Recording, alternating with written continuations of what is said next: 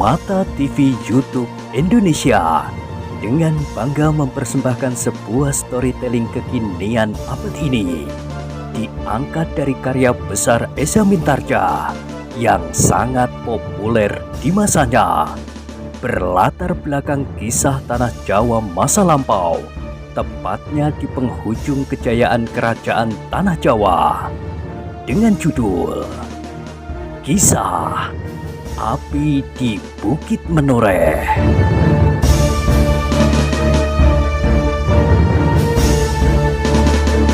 Pada kesempatan yang sangat baik ini, kita masuk pada episode yang ke-280. Selamat menikmati.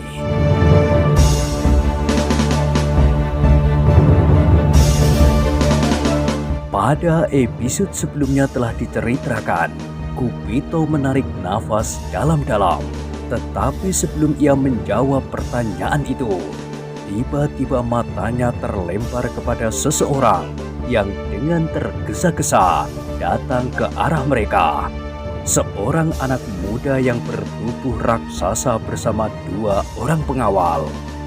Dada Kerti berdesir, ia melihat Wrahasta datang. Orang tua itu mendapat firasat bahwa masalah yang akan terjadi di antara mereka bukanlah sekedar persoalan-persoalan yang menyangkut masalah tanah perdikan ini dalam segi hubungannya, tetapi masalahnya akan menyentuh hati anak muda yang bertubuh raksasa itu sebagai persoalan pribadi, meskipun dapat dibentuk menurut kepentingannya sebagai persoalan tanah ini. Tetapi Kerti tidak mengucapkannya dalam kalimat-kalimat, namun pandangan matanya yang buram itu agaknya telah berhasil menyentuh perasaan Pandanwangi. Sebelum Wrahasta itu mendekat, ia sudah bertanya lantang, "Hei, kenapa kau berada di situ, Pandanwangi?" Pandanwangi tidak segera menjawab. Dipandanginya wajah Wrahasta dengan tajamnya, namun karena jarak mereka masih agak jauh, maka ditunggunya saja Wrahasta itu mendekat. "Kenapa, Pandanwangi?" desak Wrahasta. Pandanwangi masih belum menjawab. Sekali-sekali disentuhnya wajah Kerti dengan sudut matanya. Tampaklah wajah orang itu menyorotkan kecemasan hatinya pula. Langkah Wrahasta semakin lama menjadi semakin cepat. Beberapa langkah dari Pandanwangi, sekali lagi ia bertanya, "Kenapa kau berada di sini?" "Aku menunggu kau mendekat, Wrahasta. Aku tidak dapat berteriak sekeras kau." Wrahasta berdesah. "Apakah kau tidak mempunyai kerja yang lain dari mengurusi seseorang macam anak itu?" Terasa sesuatu bergetar di dada Pandanwangi, tetapi ia tidak segera menjawab. Ditunggunya Wrahasta semakin dekat, dan yang kemudian berhenti beberapa langkah di hadapannya.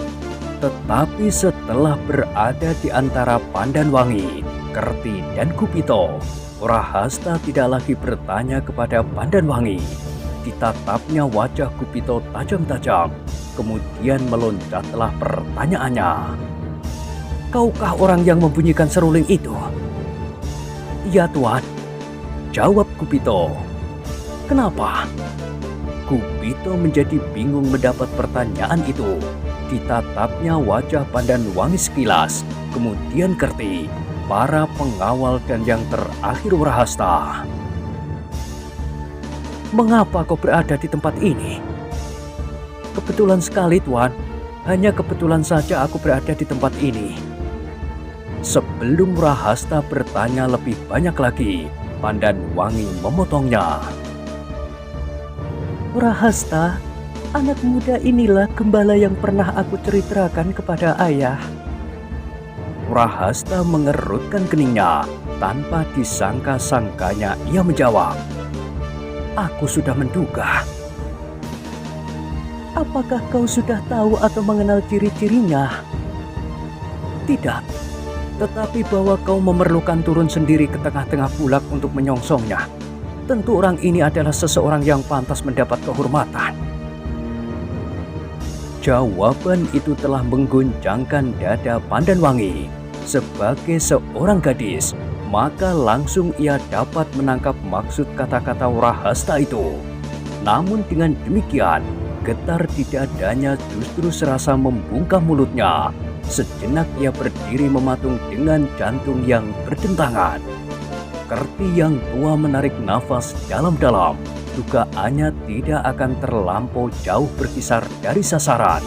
Sementara Gupito sendiri berdiri dengan gelisahnya. Di wajahnya membayang keheranan dan kecemasan menghadapi sikap Wrahasta itu. Karena tidak seorang pun yang menjawab kata-katanya, maka Wrahasta berkata pula, "Hei, anak muda, apakah kau tidak berpikir bahwa kehadiranmu di daerah ini dapat menumbuhkan kecurigaan pada kami?" Gupito tidak segera menyahut, namun wajahnya kini menjadi kian bersungguh-sungguh. "Apakah kau kira bahwa permainan serulingmu itu hanya sekedar dapat memikat hati gadis-gadis dan tidak menumbuhkan persoalan pada para pengawal?"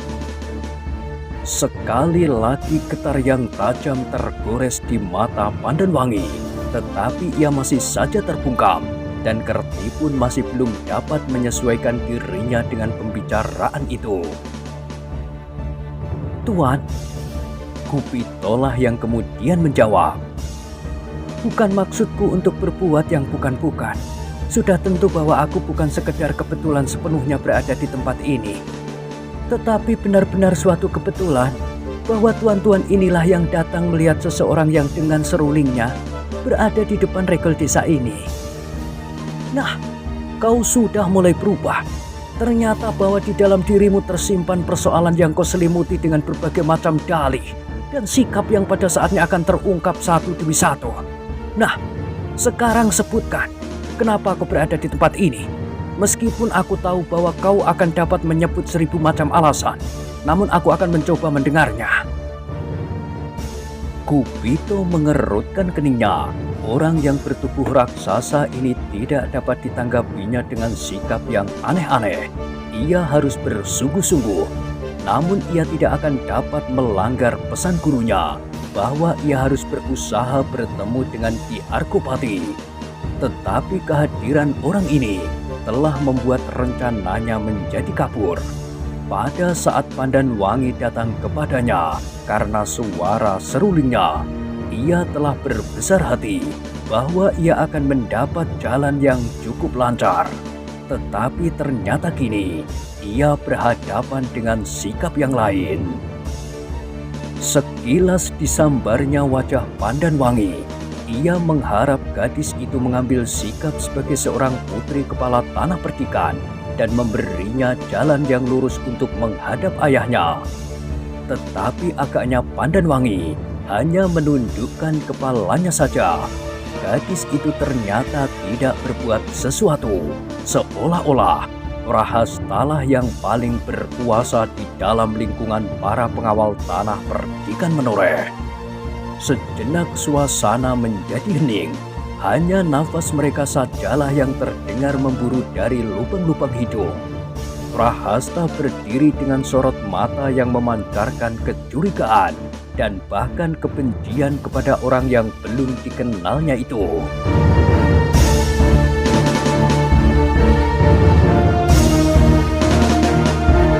"Cepat, katakan," Wrahasta menggeram.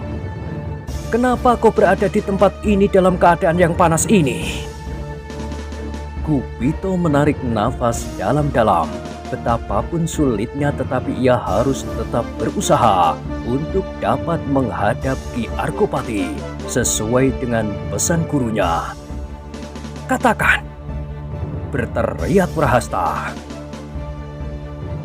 "Baiklah," jawab Gupito yang tidak akan dapat menghindar lagi. Tetapi sekali lagi ia terperosok ke dalam keadaan yang semakin sulit. Anak muda itu sama sekali tidak mengerti apa yang tersimpan di dalam hati Wrahasta. Ia sama sekali tidak memperhitungkan kemungkinan yang lain daripada kecurigaan seorang pengawal atas kehadirannya di tempat yang tidak sewajarnya. Dan ia dapat mengerti, karena itu maka ia mencoba mencari alasan lain yang menurut perhitungannya tidak akan dapat disangkutkan dengan kemelutnya keadaan, dengan pertentangan yang terjadi antara Ki Argopati dan putranya Sidanti. Tetapi jawabnya ternyata telah membuat telinga Wrahasta menjadi merah. Berkata gembala itu, "Sebenarnya kedatanganku sama sekali tidak bersangkut paut dengan keadaan tanah perdikan ini. Aku hanya ingin menemui seseorang yang pernah aku kenal. Beberapa kali kami telah bertemu sebelumnya. Karena aku tidak berani mendekati regol desa yang agaknya dijaga kuat, maka aku berusaha memanggilnya dengan suara serulingku. Ternyata ia benar-benar datang." Jawaban itu benar-benar mengejutkan. Bukan saja dada Wrahasta yang terbakar oleh perasaannya sebagai seorang laki-laki muda, tetapi juga Kerti, para pengawal dan bahkan Pandanwangi sendiri. Kerti yang tua itu dan Pandanwangi menjadi sangat cemas. Mereka dapat menduga apa yang akan menyala di hati Wrahasta. Dugaan mereka itu ternyata tepat. Wrahasta yang wajahnya menjadi merah padam itu terbungkam sesaat. Ia tahu pasti bahwa yang dimaksud Gupito itu adalah Pandanwangi. Melihat sikap orang-orang menoreh itu, Gupito menjadi bingung. Ia sama sekali tidak menyangka bahwa usahanya menghindari masalah yang dianggapnya dapat mengganggu rencananya itu agaknya telah menumbuhkan persoalan yang lebih rumit. Sejenak kemudian, sambil menggertakkan giginya, Wrahasta berkata lantang, "Kau kira apa gadis ini? Apa kau kira sebegitu rendah dan bersedia secara sadar menghubungi seorang gembala yang tidak punya sangkan paran macam kau?" Wrahasta berhenti sejenak untuk mengatur getar darahnya. Kemudian katanya, "Tetapi kau tidak lebih dari orang-orang liar yang telah mencegat Pandanwangi di perjalanan. Meskipun caramu lain, kau mengelabuhinya dengan macam-macam perbuatanmu untuk membuat Pandanwangi menjadi kagum. Kau bersepakat dengan Petusuro agar kau dapat menimbulkan kesan yang baik dari Pandanwangi dan menganggapmu sebagai seorang pahlawan. Tetapi justru karena itu, kau adalah orang yang jauh lebih berbahaya dari laki-laki yang kasar dan buas itu. Tetapi juga lebih licik. Adalah lebih baik bertempur beradu dada daripada mempergunakan cara seperti yang kau lakukan itu. Apalagi dengan demikian, kau akan mendapatkan rahasia dan keterangan mengenai apapun juga di dalam daerah tertutup kami ini." Tuduhan itu benar-benar tidak disangka-sangka oleh Gupito pula, sehingga ia menjadi semakin bingung. Sejenak ia masih saja berdiri termangu-mangu. Ia tidak tahu apakah yang sebaiknya dilakukannya, karena ia sama sekali tidak menyangka akan menghadapi masalah serupa itu. Namun sebelum Gupito menyadari keadaannya, ia semakin terkejut ketika ia mendengar Wrahasta berkata lantang, "Kau menjadi tawananku." Gupito tersentak, wajahnya menegang sejenak. Namun kemudian dicobanya untuk menekan perasaannya. Dengan gemetar ia berkata, "Apakah salahku? Kau berada di daerah terlarang, apapun alasanmu." "Tetapi aku mempunyai alasan. Aku tidak akan mencampuri persoalan tanah perdikan ini. Persoalanku adalah persoalan pribadi yang sama sekali tidak bersangkut paut dengan soal apapun." "Bohong! Bohong!" Wrahasta menjadi semakin marah. Justru persoalan pribadi itulah yang telah membakar jantungnya. Tetapi ternyata hal itu sama sekali tidak disadari oleh Gupito yang kebingungan. "Jangan mencoba melawan. Jangan kau sangka bahwa karena kau telah berhasil mengalahkan Ki Petusuro, maka kami akan menjadi ketakutan. Kami para pengawal tahu benar bahwa semua itu hanyalah sebuah permainan yang sama sekali tidak menarik. Dan kami pun tahu benar bahwa dengan demikian kau akan mendapatkan keuntungan yang berganda. Kau akan mendapatkan rahasia yang diperlukan oleh Sidanti dari dalam lingkungan kami. Dan sekaligus kau akan mendapatkan seorang gadis yang masih terlampau hijau. Pandanwangi memang tidak akan berprasangka apapun, karena hatinya yang masih terlampau bersih. Ia bersikap terlalu jujur terhadap siapapun. Tetapi sayang, bahwa suatu ketika ia terperosok dalam suatu pertemuan dengan seorang semacam kau. Kupito menjadi semakin bingung. Sekilas dicobanya untuk memandang wajah Pandanwangi, tetapi ia tidak dapat melihat kesan yang tersirat pada wajah itu. Ia hanya melihat wajah gadis itu pun menjadi tegang. Kemudian ditatapnya wajah Kerti yang tua. Wajah itu pun menjadi tegang pula. Namun seperti pada wajah Pandanwangi, ia tidak dapat mengerti apakah yang sebenarnya bergolak di hati orang tua itu. Dada Kupito menjadi semakin berdebar-debar ketika ia mendengar Wrahasta berkata lantang, "Ikutilah kami, jangan mencoba melawan perintah ini. Aku tidak bermain-main. Dalam keadaan serupa ini, kesalahan yang kecil sekalipun dapat menyeret kami ke neraka. Karena itu, kami tidak dapat bersikap lain terhadapmu." Darah Kupito serasa bergolak di dalam jantungnya. Sikap Wrahasta benar-benar tidak menyenangkannya. Tetapi meskipun demikian, ia masih mencoba untuk mengerti. Diterapkannya keadaan yang dihadapi oleh Wrahasta itu pada dirinya sendiri. Apakah yang akan dilakukannya seandainya ia menjadi pengawal tanah perdikan yang kemelut dan menjumpai seseorang yang mencurigakan seperti dirinya itu? "Aku hanya dapat mengharap bantuan Pandanwangi," katanya di dalam hati. Sikap pemimpin pengawal yang bertubuh raksasa itu adalah wajar. Tetapi dalam pada itu, Pandanwangi sendiri mengalami kesulitan yang tiada taranya. Ia tahu benar mengapa Wrahasta bersikap terlampau keras terhadap gembala itu. Laki-laki muda yang bertubuh raksasa itu tidak hanya sekedar bercuriga terhadap Kupito, tetapi dadanya telah dibakar oleh perasaan cemburu. Karena itu, maka gadis itu tidak dapat segera mengambil sikap. Kalau ia mencoba untuk melindungi Kupito, maka api yang menyala di dada Wrahasta pasti akan semakin berkobar. Sikap itu akan menjadi minyak yang terpercik ke dalam api di dalam dada raksasa muda itu. Tetapi untuk membiarkan Kupito menjadi tawanan Wrahasta, agaknya perasaannya pun terasa terlampau berat. Dalam kesulitan itu tanpa disadarinya, dipandanginya wajah Kerti yang seakan-akan ia minta bantuan kepada pamombongnya itu. Kerti menarik nafas dalam-dalam. Pandangan mata Pandanwangi itu ternyata telah menyentuh hatinya. Karena itu, maka kemudian ia melangkah maju sambil berkata, "Angger Wrahasta, serahkan gembala ini kepadaku. Aku memang sudah berpendirian serupa. Sebelum Angger datang, maka gembala ini sudah menjadi tawananku. Maksudku tawanan kita.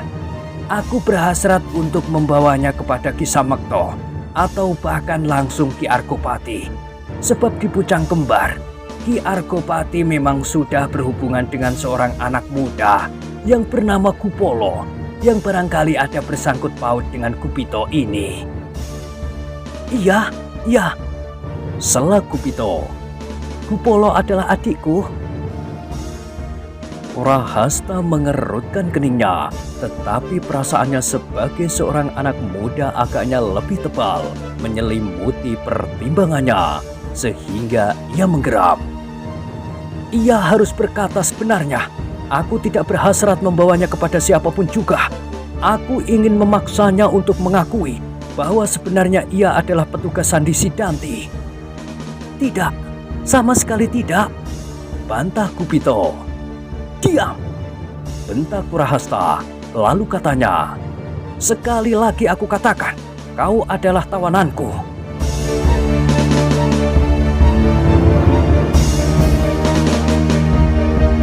Kupito masih akan menjawab, tetapi sebelum mulutnya terbuka, maka ia melangkah surut. Ujung pedang Wrahasta yang besar dan panjang itu telah menyentuh dadanya. "Jangan banyak bicara!" Wrahasta hampir berteriak. "Ayo, berjalanlah!" Sorot mata Gupito tiba-tiba menyala, tetapi dengan sepenuh tenaganya ia mencoba menekan perasaan yang bergolak di dalam dadanya. Yang penting baginya adalah kesempatan untuk memasuki pusat pertahanan para pengawal dan kemudian berusaha bertemu dengan Ki Argopati. Tetapi apabila ia mengadakan perlawanan, maka jalan untuk menghadap Ki Argopati akan menjadi semakin jauh. Karena itu, maka timbullah niatnya untuk berkata langsung saja, berterus terang. Ia harus mengatakan bahwa ia mendapat tugas untuk menemui Ki Argopati. Bahkan ia menyesal bahwa ia menunda-nunda untuk mengatakannya, sehingga keadaan menjadi semakin memburuk. "Cepat!" bentak Wrahasta sambil menekankan pedangnya. "Ayo, berjalanlah!" "Aku akan mengatakannya," berkata Gupito. "Aku akan mengatakan keperluanku yang sebenarnya. Aku tidak bertanya kepadamu sekarang. Berjalanlah!" Gupito menarik nafas. Tidak ada yang dapat dilakukan kecuali menurut perintah itu. Perlahan-lahan ia melangkahkan kakinya menuju mulut desa. Sedang Wrahasta kemudian berjalan di belakangnya sambil menekankan ujung pedangnya. Kerti menarik nafas dalam-dalam. Ketika ia memandang Pandanwangi, maka dilihatnya tubuh gadis itu gemetar. Betapa dahsyatnya pergolakan yang terjadi di dada gadis itu. Ia merasa berada dalam simpang jalan yang kedua-duanya akan membawanya ke dalam kesulitan. Kalau ia membiarkan Wrahasta berbuat sesuka hatinya, maka ia merasa bersalah terhadap gembala yang telah menyelamatkannya itu. Tetapi setiap sikap yang seolah-olah berpihak kepadanya akan mendorong Wrahasta menjadi semakin kehilangan nalarnya. "Angger Pandanwangi," bisik Kerti, "cara yang sebaik-baiknya adalah menyampaikannya kepada Ki Argopati. Ki Argopati akan bersikap.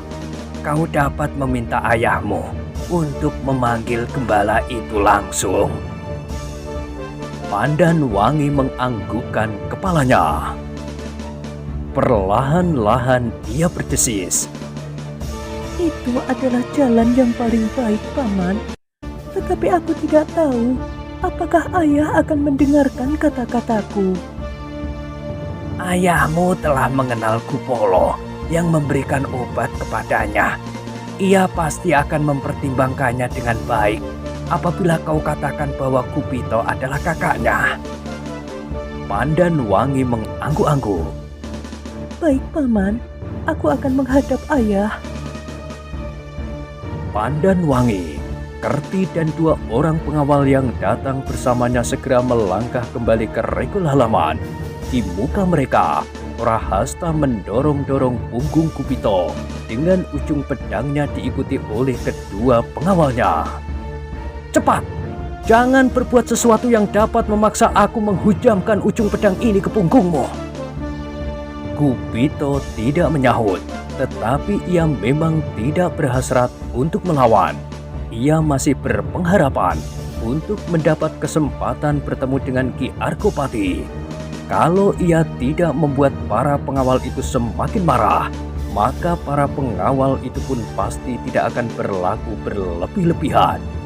Namun Gupito itu memang sama sekali tidak tahu apakah yang telah mendorong Wrahasta berlaku sedemikian kasarnya terhadapnya.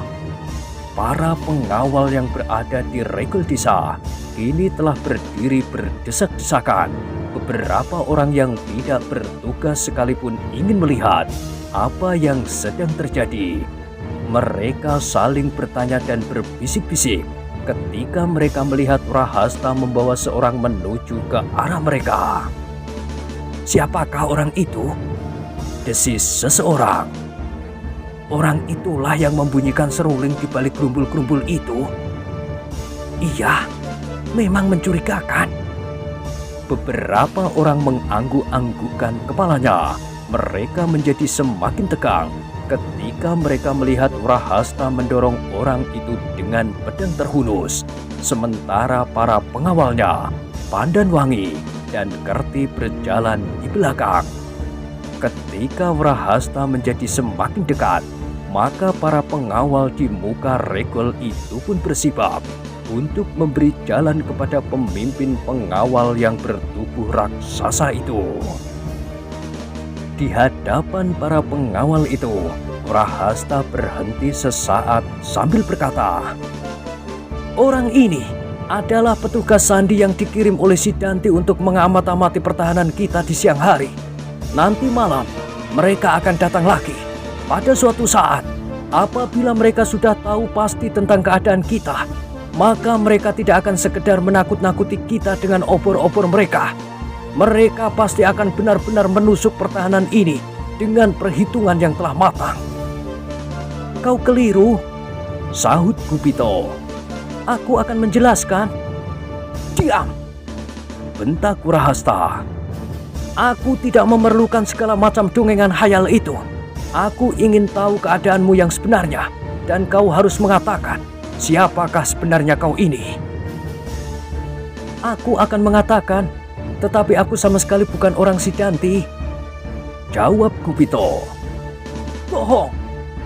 teriak Wrahasta yang tiba-tiba telah mengacungkan pedangnya di hadapan hidung Gupito. Gupito tidak menyahut lagi. Ia harus menahan hati untuk menemukan kesempatan yang baik.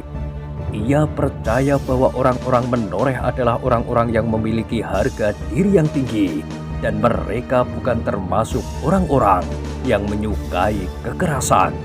Karena itu, Gupito masih mempunyai harapan bahwa ia akan dapat mengatakan yang sebenarnya kepada para pengawal itu.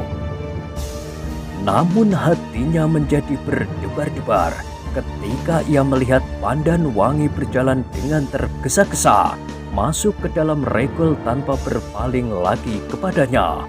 Hampir saja ia berteriak memanggil, namun niatnya itu segera diurungkannya supaya ia tidak menambah persoalan lagi. Agaknya memang orang yang bertubuh raksasa inilah yang kini mendapatkan kekuasaan untuk berbuat apa saja yang dianggapnya perlu untuk melindungi tanah ini.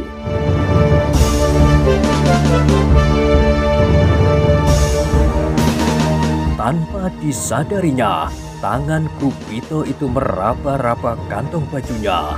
Di dalamnya terdapat sebungkus obat-obatan yang harus diserahkannya kepada Ki Argopati. Ia menarik nafas dalam-dalam. "Aku mempunyai sekedar bukti. Mudah-mudahan mereka dapat mempercayainya."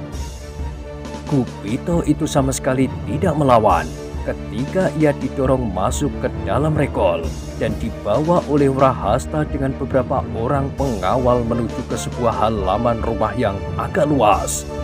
Rumah yang selama ini dipergunakan oleh para pemimpin pengawal sebagai pusat pimpinan mereka. Sambekto yang berada di rumah itu terkejut melihat Wrahasta membawa seseorang masuk ke halaman, apalagi ketika ia melihat orang yang dibawa itu adalah gembala yang pernah dikenalnya, Gupito. Dengan tergesa-gesa, Sambekto turun dari pendopo menemui Wrahasta di halaman sambil bertanya, "Dari mana kau bawa anak muda itu?" "Aku menemukannya di muka Regol. Aku yakin sekarang bahwa orang ini memang seorang petugas sandi yang sengaja dikirim oleh Sidanti." Sambekto menarik keningnya ketika ia memandang berkeliling. Dilihatnya Kerti berjalan memasuki Regol itu pula. Ia mendapat pesan dari Pandanwangi supaya ia berusaha melindungi Gupito sebelum ia dapat bertemu dengan ayahnya Ki Argopati. "Aku mendapatkannya di depan Regol," berkata Kerti sambil melangkah mendekat. Sambekto menjadi bingung. keduanya mengatakan kepadanya bahwa mereka masing-masinglah yang mendapatkan Kupito itu. Tetapi Paman Kerti tidak berbuat apa-apa. Seperti orang yang kena tenung, ia berdiri saja seperti patung. Akulah yang menangkapnya. Sambil mengangguk-anggukkan kepalanya, Sambekto memandangi wajah Kerti. Tetapi Kerti tidak menyahut. Karena itu maka Sambekto pun kemudian bertanya kepada Wrahasta, "Apakah yang dilakukannya?" Pertanyaan itu telah membingungkan Wrahasta, sehingga sejenak ia tidak menyahut. Yang terdengar adalah suara Kerti. "Bersenandung dengan serulingnya itu." Sambekto mengerutkan keningnya dan Kerti berbicara terus. "Aku dan Angger Pandanwangi tertarik akan suara seruling itu. Ketika aku melihatnya, maka aku dapati Angger Kupito. Sebelum kami sempat berbuat sesuatu, maka datanglah Angger Wrahasta." "Adalah mencurigakan sekali bahwa seseorang datang ke tempat ini sekedar untuk bersenandung," sahut Wrahasta kemudian. "Ia pasti mempunyai tugas yang jauh lebih penting daripada bermain seruling di tempat yang berbahaya itu. Hanya orang-orang gila sajalah yang tidak tahu bahwa daerah ini adalah daerah garis perang." Sambekto mengangguk-anggukkan kepalanya. Memang tidak akan masuk akal apabila Kupito datang tanpa maksud. Tetapi maksud kedatangannya itulah yang harus diketahuinya. Sebelum Sambekto berbuat sesuatu, tiba-tiba terdengar suara Wrahasta lantang. "Periksa, apakah ia menyembunyikan senjata?" Perintah itu telah mengejutkan bukan saja Kupito, tetapi juga Sambekto, apalagi Kerti. Sehingga dengan serta-merta ia berkata, "Tunggu, kita belum bertanya sesuatu kepadanya." "Kita akan bertanya," potong Wrahasta. "Tetapi kita harus yakin bahwa ia tidak akan berbahaya lagi. Karena itu, orang ini harus dilihat apakah ia membawa senjata yang tersembunyi." Kerti masih akan menjawab, tetapi niatnya diurungkan ketika ia merasa seseorang menggambitnya. Ternyata orang itu adalah Sambekto sendiri. Ketika Kerti sedang memandangi wajahnya, maka Sambekto itu pun mengedipkan matanya, seolah-olah ia memberikan isyarat. "Biarlah apa saja yang akan dilakukannya." Kerti menarik nafas dalam-dalam, tetapi ia berbisik, "Aku terpaksa berterus terang kepadamu.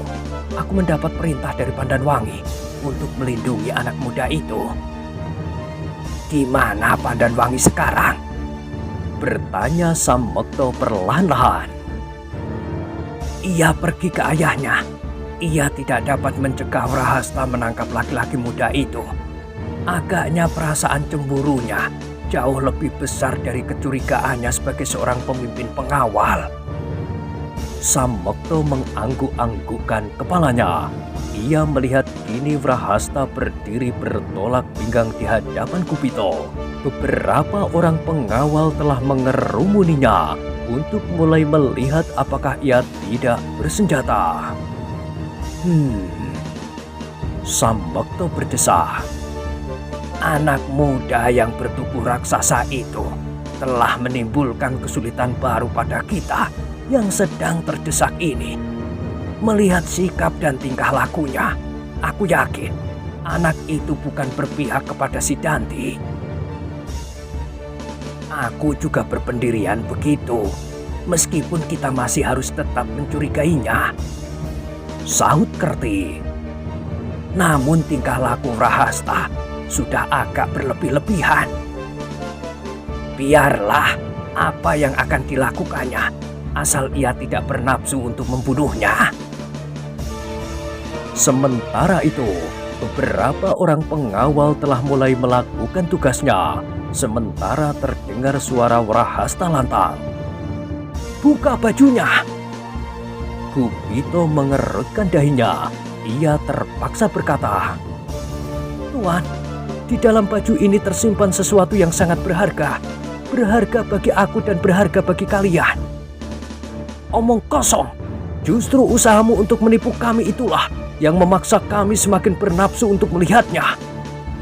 Kemudian kepada para pengawal ia berteriak, "Cepat, buka bajunya!" Ketika para pengawal mulai meraba tubuhnya, tiba-tiba Kupito itu melangkah surut sambil berkata, "Aku dapat membuka bajuku sendiri. Aku akan membukanya dan menunjukkannya kepada kalian apakah yang aku bawa." Para pengawal yang telah mulai mengulurkan tangannya itu terpesona sesaat, sehingga mereka berdiri saja mematung. Mereka tidak berbuat sesuatu ketika Kupito mengambil bungkusan dari kantong bajunya.